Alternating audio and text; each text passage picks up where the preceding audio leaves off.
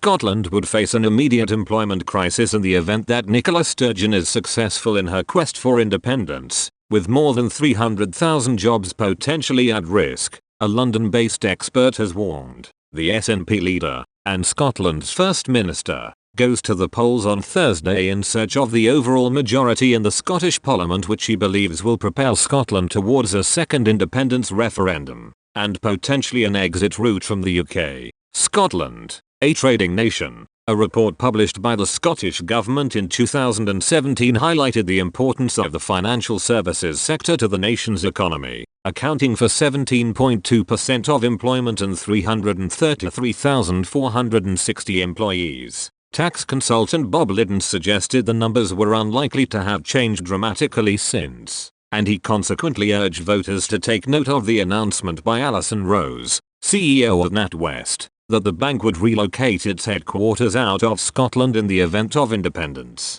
Mr. Liddon, founder of Liddon Consulting Services Limited, said, "That would cost Scotland an unstated number of high-paying financial services jobs, and also result in Scotland only taxing a small part of the bank's profits rather than all of them. Now that NatWest has broken cover, others, beyond Lloyds and Virgin Money, can follow. There will be an exodus of Scottish widows, Aberdeen, with or without its vowels, and any other firms that manage pensions for English, Welsh or Northern Irish savers. These savers will not hang around to see if the cash-poor SNP tries to put a shovel into their pension pots." Mr. Liddon said there were also questions to be asked about whether the various Scottish banks would even continue at their current scale. He explained, the CEO of NatWest justified their plan on the basis of balance sheet management, whatever that means, and she then reaffirmed NatWest's commitment to the Scottish marketplace. That should send a shudder through Holyrood, as it is the banking equivalent of a soccer club chairman declaring full confidence in the manager.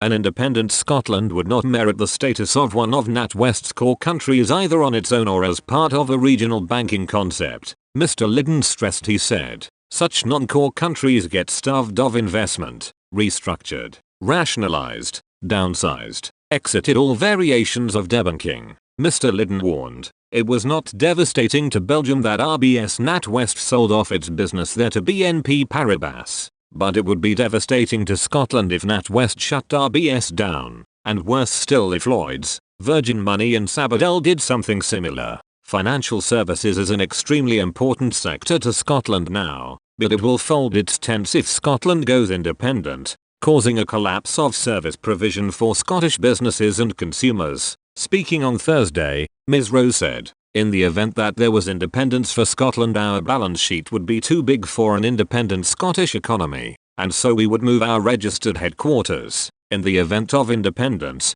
to London. We are neutral on the issue of Scottish independence. It's something for the Scottish people to decide. Investment bank Morgan Stanley last week put the chance of Scottish independence from the UK at 15%, while rival Citi put it at 35%. The BBC's Andrew Marr pressed Mrs. Sturgeon to offer an assessment of the impact to Scotland's economy of going it alone, suggesting it was shameful one had not yet been undertaken, especially in the light of the ongoing coronavirus pandemic. She replied, if I was asking people a week on Thursday to vote on the question whether or not Scotland should be independent, then yes, I would agree with that. But I'm not asking people to do that on Thursday, and if I was to do all that modelling now, we would have to redo it when asking people to make that choice. I believe it is only right to ask people to make that choice of that magnitude on the basis of quality, up-to-date information. That's what we did in 2014 and it's what we would do again.